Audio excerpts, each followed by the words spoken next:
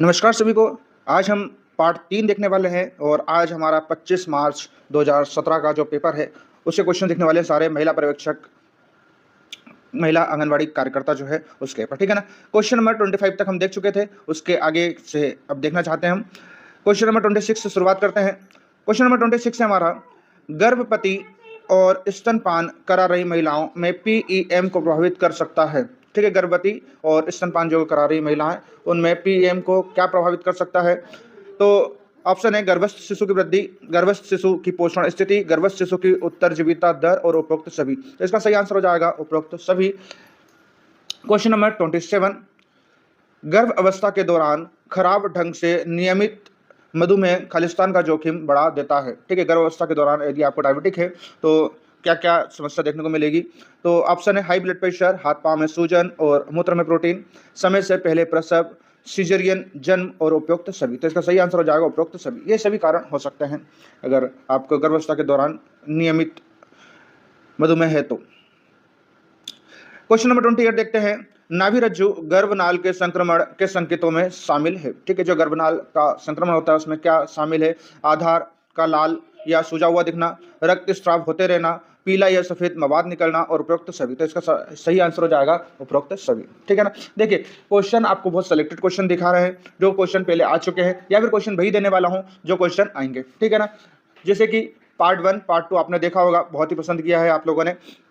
ये क्वेश्चन अगर आप सभी याद कर लेते तो ये मान के चलिए कि पोषण और स्वास्थ्य से आपके 40 से 45 नंबर का पूरा कवर हो जाएगा। ठीक है, 55 क्वेश्चन आने वाले हैं। ये 55 में से 40-45 नंबर की गारंटी ले रहा हूँ कि आप कंप्लीट कर लोगे तो इतना आपका हो जाएगा। ठीक है दोस्तों, चलिए आगे बढ़ते हैं। वीडियो को लाइक जरूर करें और सब्सक्राइब जरूर करें ताकि आपको हम ये क्वेश्चन जो आ रहे हैं वो आपको मिलते रहे, निरंतर आपको ये मिलते रहे। ठीक है, क्वेश्चन नंबर 29 है, काला ज्वर, ठीक है ना, काला अजहर नियंत्रण कार्यक्रम वर्ष खालिस्तान में प्रारंभ किया गया था।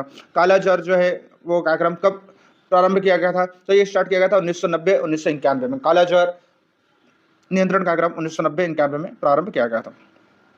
क्वेश्चन 30, किस न्यूनता रोग को 3DS का रोग कहा जाता है? कौन सा ऐसा रोग है जिसको 3DS का रोग कहा जाता है? तो इसका सही आंसर है पेलाग्रा। पेलाग्रा को जो है 3DS का रोग कहा जाता है। ठीक है, चलिए क्वेश्चन नंबर 31 देखते हैं। अब क्वेश्चन नंबर 31 है, प्रोटीन की कमी से खालिस्तान हो सकता है। अगर प्रोटीन की कमी है तो क्या हो सकता है? जैसे देखिए पार्ट 2 में हमने देखा था कि प्रोटीन क्या करता है। तो हमारा जो भी दिन भर में काम करते हैं जिससे हमारी सेल्स डैमेज होती है उनको रिकवर करने का काम जो है प्रोटीन का होता है। अगर प्रोटीन की कमी होती है तो स्वाभाविक बात है हमारी मसल्स जो है वो क्षय हो जाएंगी, पेशी जो है वो क्षय हो जाएंगी। ठीक है ना, तो इससे सही आंसर हो जाएगा प्रोटीन कमी से जो है हमारी मसल्स जो है वो क्षय हो जाती हैं। क्वेश्चन 32 है, अवांछनीय परिणामों के जोखिम के बिना गर्भधान करने हेतु उपयुक्त आयु रेंज क्या है? ठीक है ना, अवांछनीय परिणाम के जोखिम के बिना गर्भधान करने के लिए जो एक मिनिमम आयु होनी चाहिए वो क्या है? तो जो आयु है उनकी वो है 20 से 35 वर्ष। 20 से 35 वर्ष में जो है वो गर्भधान होना चाहिए। क्वेश्चन 33, मेरासम्स से पीड़ित बच्चे में इनमें से कौन सा लाक्षणिक प्रकटन दिखाई देता है?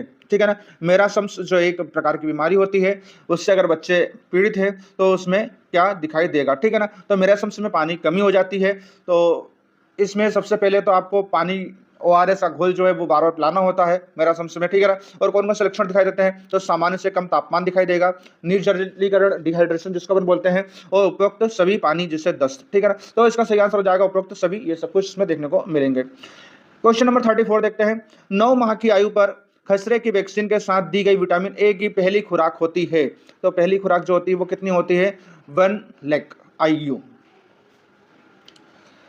क्वेश्चन नंबर 35, वह प्रक्रिया जिसके द्वारा व्यक्ति का प्रतिरक्षा तंत्र किसी एजेंट के विरुद्ध दृष्टिकृत हो जाता है क्या कहलाता है? ठीक है ना, कि वह प्रक्रिया जिसके द्वारा व्यक्ति का प्रतिरक्षा तंत्र जो हमारे शरीर में एंटीजन बनाते हैं किसी एजेंट के विरुद्ध दृष्टिगत हो जाता है तो उसको क्या कहते हैं, क्या कहलाता है? तो उसको बोलते हैं प्रतिरक्षीकरण। क्या बोलते हैं? प्रतिरक्षीकरण बोलते हैं। ठीक है ना।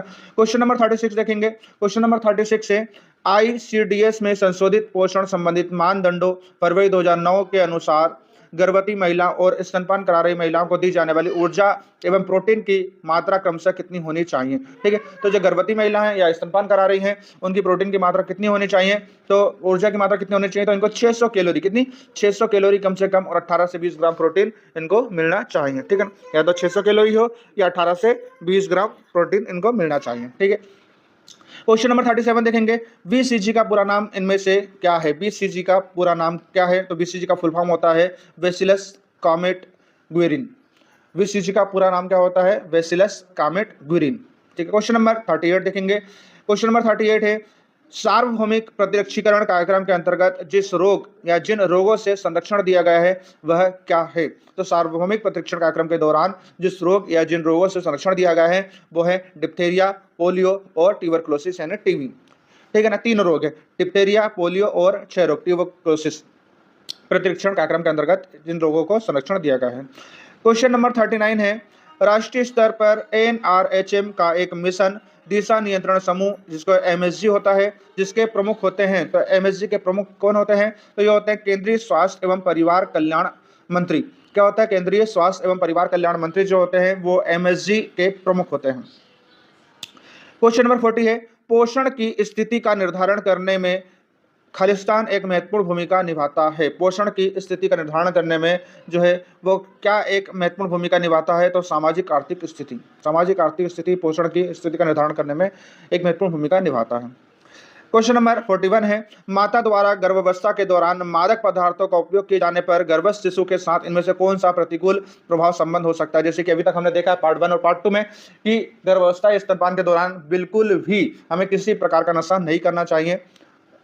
अगर करते हैं तो क्या प्रभाव पड़ेगा, तो ऑप्शन है समय पूर्व जन्म, समय से पहले जन्म हो सकता है, शरीर व सिर का आकार सामान्य से कम होना हो सकता है और शारीरिक विकृति हो सकती है। तो इसका सही आंसर हो जाएगा ये सब कुछ हो सकता है उपरोक्त सभी। क्वेश्चन 42, कासरकोर खालिस्तान की कमी के कारण होता है। कासरकोर जो एक प्रकार की बीमारी है जो किसके कारण होता है, तो ये होता है प्रोटीन और ऊर्जा की कमी के कारण होता है। कासरकोर नामक बीमारी जो है किसके कारण होता है, प्रोटीन और ऊर्जा की कमी के कारण होता है। राष्ट्रीय ग्रामीण मिशन स्वास्थ्य मिशन जिसको एनआरएचएम का आरंभ माननीय प्रधानमंत्री द्वारा किया गया था।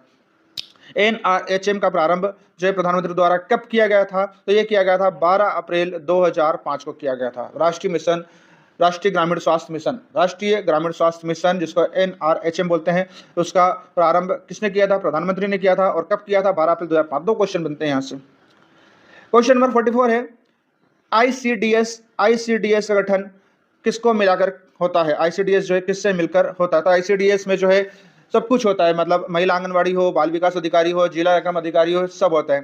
ठीक है ना, तो इसका सही आंसर हो जाएगा उपरोक्त सभी। कौन कौन होगा इसमें, आंगनवाड़ी कार्यकर्ता सहायक और पर्यवेक्षक होती है, बाल विकास परियोजना अधिकारी होता है जिसको सीडीपीओ बोलते हैं, और जिला कार्यक्रम अधिकारी जिसको डीपीओ बोलते हैं। तो ये तीनों होते हैं उसमें। क्वेश्चन 45, हीमोग्लोबिन के प्रत्येक ग्राम में लगभग होता है, हीमोग्लोबिन के प्रत्येक ग्राम में क्या होता है, तो इसमें होता है 3.34 मिलीग्राम आयरन होता है। ठीक है, क्या होता है, 3.34 मिलीग्राम आयरन होता है हीमोग्लोबिन के प्रत्येक ग्राम में। 1 ग्राम हीमोग्लोबिन में 3.34 मिलीग्राम आयरन होता है। क्वेश्चन 46 है, जन्म के समय पूर्वकालिक नवजात शिशु के शरीर का आदर्श भार कितना होना चाहिए। जब जन्म होता है तो जन्म के पूर्णकालिक समय में कितना भार होना चाहिए, तो 3.2 किलोग्राम होना चाहिए बच्चे का वजन, 3.2 किलोग्राम। क्वेश्चन नंबर 47 है, पूर्व विद्यालयी बच्चों में पोषण संबंधित न्यूनता के मुख्य लक्षण क्या देखे गए हैं, कि पूर्व विद्यालय बच्चों में पोषण संबंधित जो है वो न्यूनतम संबंधित मुख्य लक्षण कौन कौन से है, तो प्रोटीन, ऊर्जा कुपोषण, विटामिन ए की कमी, विटामिन बी की कमी और सभी, तो सभी जो कमी होती है सब होती है। क्वेश्चन नंबर 48 है, किस विटामिन की बूस्टर खुराकें मुख से दी जाती हैं, कौन सा वैक्सीन है जिसकी खुराकें मुंह से दी जाती है। स्वाभाविक बात है पोलियो, पोलियो जो है वो मुंह से दी थी, बाकी सब इंजेक्शन से हाथ और पैर में दिए जाते हैं। तो इसका सही आंसर हो जाएगा पोलियो जो है मुंह से दी जाती है। आईसीडीएस योजना अंतर्गत कौन सा कार्यक्रम नहीं आता है, आईसीडीएस योजना के अंतर्गत कौन सा कार्यक्रम नहीं आता है, तो यह है विश्व स्वास्थ्य संगठन, विश्व स्वास्थ्य संगठन जो है वह इसके अंतर्गत नहीं आता है।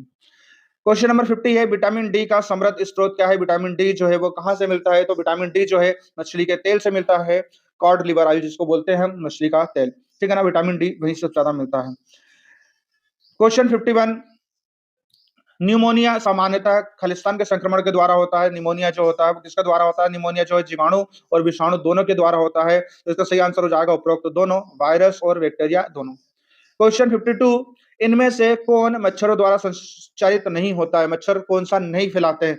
तो फाइलेरिया मच्छरों द्वारा होता है, जापानी इन्फ्लाइटिस मच्छर द्वारा होता है, मलेरिया भी होता है, काला ज्वर नहीं होता है। तो काला ज्वर जो है बुखार होता है एक प्रकार का, ये मच्छरों के द्वारा नहीं होता है। क्वेश्चन 53, एक खनिज जिसकी शरीर को हड्डियों को उचित वृद्धि और विकास के लिए आवश्यक होता है। 3 दिन से हम देख रहे हैं लगातार क्वेश्चन आ रहा है हड्डी दांतों का, तो कौन है? तो हड्डियों के लिए कैल्शियम सबसे ज्यादा उपयुक्त होता है, तो इसका सही आंसर हो जाएगा कैल्शियम। क्वेश्चन नंबर 54, इनमें से कौन एक डाइसेक्राइड है? डाइसेक्राइड क्या है? तो लेक्टोज, लेक्टोज जो है वो एक डाइसेक्राइड है। क्वेश्चन नंबर 55 देखेंगे, पीईएम ग्रस्त बच्चे के आहार में क्या होना चाहिए? पीईएम ग्रस्त बच्चे के आहार में जो है वो कैलोरी और प्रोटीन दोनों अधिक होना चाहिए। ठीक है, जो पीईएम से ग्रसित बच्चे हैं उनमें प्रोटीन और कैलोरी दोनों होना जरूरी है। ठीक है, आज के हमारे क्वेश्चन जो है वो कंप्लीट होते हैं। कल पार्ट 4 फिर लेकर के आएंगे हम, और इन क्वेश्चनों से आपकी बहुत ज्यादा हेल्प होने वाली, प्रैक्टिस होने वाली है, बहुत ज्यादा काम आने वाले हैं। वीडियो को लाइक करें, शेयर करें, सब्सक्राइब करें। फिर मिलेंगे नए वीडियो के साथ और सिलेक्शन आपका तय है। जय हिंद, जय भारत।